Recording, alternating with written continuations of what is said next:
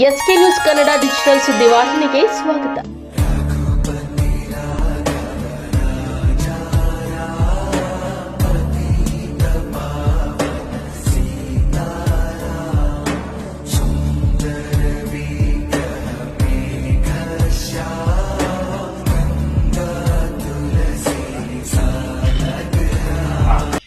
ಸಮಸ್ತ ಮುಳಬಾಗಿಲು ತಾಲೂಕಿನ ಜನತೆಗೆ ಗಾಂಧಿ ಜಯಂತಿಯ ಶುಭಾಶಯ ತಿಳಿಸ್ತಾ,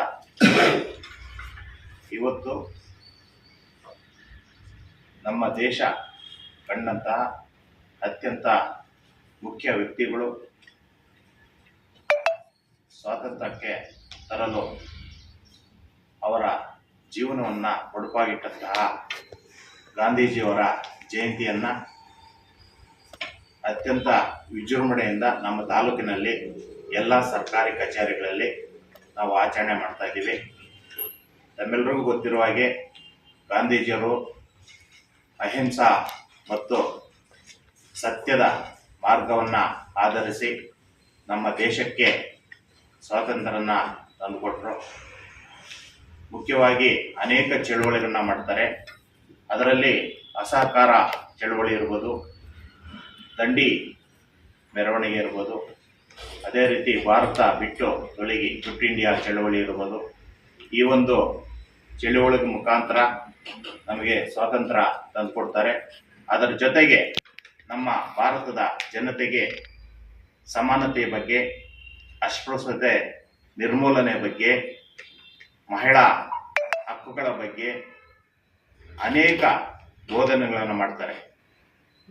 ಉತ್ತಮ ಸಮಾಜಕ್ಕೆ ಸ್ವಾತಂತ್ರ್ಯ ಒಂದೇ ಸಾಲದು, ನೈರ್ಮಲ್ಯತೆ ಸಹ ಮುಖ್ಯವಾದ್ದು ಅಂತೇಳಿ ಗಾಂಧೀಜಿಯವರು ನಮಗೆ ಹೇಳ್ತಾರೆ. ಅಂದರೆ ಸ್ವಚ್ಛತೆ ಎಲ್ಲಿದೆ ಅಲ್ಲಿ ಆರೋಗ್ಯ ಇದೆ.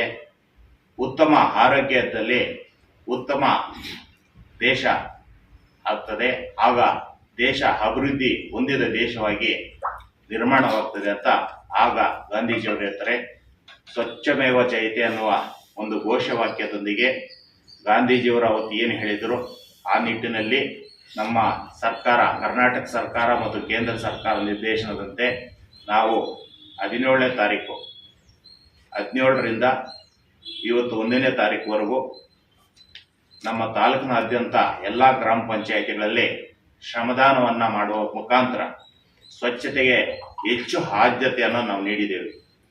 ಅದರಲ್ಲಿ ಚರಂಡಿ ಸ್ವಚ್ಛತೆ ಇರ್ಬೋದು, ಏನು ಕುಡಿಯುವ ನೀರಿನ ಘಟಕಗಳಿರ್ತವೆ ಅದರ ಸುತ್ತ ಸ್ವಚ್ಛತೆ, ಶಾಲೆಗಳಲ್ಲಿ ಸ್ವಚ್ಛತೆ ಕಾಪಾಡೋದು ಮುಖಾಂತರ ಅರಿವನ್ನು ಮೂಡಿಸಿರೋದು, ಅಂಗನವಾಡಿಗಳಲ್ಲಿ ಸ್ವಚ್ಛತೆಯನ್ನು ಯಾವ ರೀತಿ ಕಾಪಾಡಬೇಕಂತ ಮಕ್ಕಳಿಗೆ ಅರಿವನ್ನು ಮೂಡಿಸಿರೋದು, ಅಂಗನವಾಡಿ ಕೇಂದ್ರಗಳ ಸುತ್ತಮುತ್ತಲೂ ಸಹ ಸ್ವಚ್ಛತೆಯನ್ನು ಮಾಡಿರೋದು, ಆರೋಗ್ಯ ಕೇಂದ್ರಗಳ ಮುಖಾಂತರ ಆರೋಗ್ಯ ಕೇಂದ್ರಗಳಿದೆ ಅದರ ಸುತ್ತಲೂ ಸಹ ಸ್ವಚ್ಛತೆಯನ್ನು ಮಾಡಿದ್ದೀವಿ.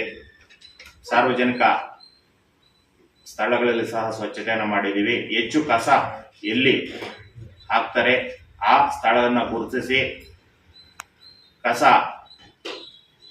ಏನು ನಾವು ವಿಲೇವಾರಿ ಮಾಡಿದ ನಂತರ GPS ಫೋಟೋಗಳನ್ನು ಸಹ ತಗೊಂಡು ಎಲ್ಲ ನಾವು MIS ಅಲ್ಲಿ ನಾವು ಇವತ್ತು ಅಪ್ಲೋಡ್ ಮಾಡಿದ್ದೀವಿ. ಆ ನಿಟ್ಟಿನಲ್ಲಿ ನಾವು ಈ ಹಿಂದೆ ಸಹ ಹೇಳಿದ್ವಿ 3 ಪಂಚಾಯಿತಿಗೆ ಪ್ರಶಸ್ತಿಯನ್ನು ನಾವು ಕೊಡ್ತೀವಿ ಅಂತೇಳಿ. ಮಾನ್ಯ ಶಾಸಕರ ಬಂದ ತಕ್ಷಣ ಹಿಂದಿನ ವರ್ಷದ್ದು ಸಹ ನಾವು ಕೊಡಬೇಕು. ಅದು ಮತ್ತೆ ಇದು ಎರಡೂ ಸಹ 3 ಪ್ರಶಸ್ತಿಗಳನ್ನು, 3 ಅಂದರೆ ಪ್ರಥಮ, ದ್ವಿತೀಯ ಮತ್ತು ತೃತೀಯ ಬಹುಮಾನಗಳನ್ನು ಮಾನ್ಯ ಶಾಸಕರಿಂದ ಆ ಪಂಚಾಯಿತಿಗಳಿಗೆ ಕೊಡಿಸ್ತೀವಿ. ಇನ್ನೂ ಸಹ ಆ ಪಂಚಾಯಿತಿಗಳು ಯಾರು ಹೆಚ್ಚು ಆದ್ಯತೆಯನ್ನು ನೀಡಿದ ಸ್ವಚ್ಛತೆ ಅಂತ ನಾವು ಪರಿಶೀಲನೆ ಮಾಡ್ತಾ ಇದ್ದೀವಿ. ಅದು ಮಾಡಿದ ನಂತರ ಹಿಂದೆ ವರ್ಷ ಮತ್ತು ಈ ವರ್ಷದ ಎರಡೂ ಸೇರಿ ಒಂದು ಪಾರಿತೋಷಿಕ ಇರ್ಬೋದು, ಅದರ ಜೊತೆಗೆ ಪ್ರಮಾಣ ಪತ್ರ ಎರಡೂ ಸಹ ನಾವು ಅವರಿಗೆ ಕೊಟ್ಟು ಅಭಿನಂದನೆಗಳು ಸಲ್ಲಿಸುವ ಮುಖಾಂತರ ಮುಂಬರುವ ದಿನಗಳಲ್ಲಿ ಹೆಚ್ಚು ಸ್ವಚ್ಛತೆಗೆ ಆದ್ಯತೆ ನೀಡಬೇಕಂತೇಳಿ ಹೇಳ್ತಾ ಇದ್ದೀವಿ. ಅದೇ ರೀತಿ ಈ ದಿವಸ ಲಾಲ್ ಬಹದ್ದೂರ್ ಶಾಸ್ತ್ರಿಯವರು ಆ ಭಾರತ ಕಂಡಂತಹ ಅತ್ಯಂತ ಯಶಸ್ವಿ 2ನೇ ಪ್ರಧಾನಿಗಳು. ಅವರು ಸಹ ಉತ್ತಮ ಆಡಳಿತಾಧಿಕಾರಿಗಳಾಗಿ ಕಾರ್ಯನಿರ್ವಹಣೆ ಮಾಡಿರ್ತಾರೆ. ಅವರು ಸಹ ಆಗ ಬಡತನದಲ್ಲೇ ಹುಟ್ಟಿ ಬಡತನದಲ್ಲೇ ಬೆಳೆದು ಬಡತನದಲ್ಲೇ ನಿಧನರಾದ ಏಕೈಕ ಪ್ರಧಾನಿ ಅಂದರೆ ಲಾಲ್ ಬಹದ್ದೂರ್ ಶಾಸ್ತ್ರಿ. ಅವರು ಉತ್ತಮ ರಾಜಕಾರಣಿಗಳಾಗಿದ್ದರು. ಅನೇಕ ಕೇಂದ್ರ ಸರ್ಕಾರದ ಖಾತೆಗಳನ್ನು ನಿಭಾಯಿಸಿದರು. ಸಚಿವರಾಗಿ, ಪ್ರಧಾನಿಗಳಾಗಿ 18 ತಿಂಗಳ ಕರ್ತವ್ಯ ನಿರ್ವಹಿಸಿದರು. ಅದರಲ್ಲಿ ಮುಖ್ಯವಾಗಿ ನಾವು ಜ್ಞಾಪಿಸ್ಕೋಬೇಕಾದ್ರೆ ಕಾಶ್ಮೀರ ಒಂದು ಭಾರತದ ಅವಿಭಾಜ್ಯ ಅಂಗ ಅಂತ ವಿಶ್ವಸಂಸ್ಥೆಯಲ್ಲಿ ಮೊಟ್ಟ ಮೊದಲ ಬಾರಿಗೆ ಧ್ವನಿ ಎತ್ತಿದರಂದರೆ ಅದು ಲಾಲ್ ಬಹದ್ದೂರ್ ಶಾಸ್ತ್ರಿ. ಅದೇ ರೀತಿ ಪಾಕಿಸ್ತಾನದ ವಿರುದ್ಧ ಯುದ್ಧದಲ್ಲಿ ಸಹ ಮುಂಚೂಣಿಯಲ್ಲಿದ್ದು ನಮ್ಮ ಭಾರತ ಸೈನ್ಯವನ್ನು ಮುನ್ನಡೆಸುವಲ್ಲಿ ಯಶಸ್ವಿಯಾದರು ನಮ್ಮ ಲಾಲ್ ಬಹದ್ದೂರ್ ಶಾಸ್ತ್ರಿಯವರು. ಅವರು ಮುಖ್ಯವಾಗಿ ಮಹಿಳಾ ಹಕ್ಕುಗಳ ಬಗ್ಗೆ ಹೆಚ್ಚು ಉತ್ತೇಜನ ನೀಡಿದರು. ಸಮಾನತೆಗೆ ಒತ್ತನ್ನು ಕೊಟ್ಟಿದ್ದರು.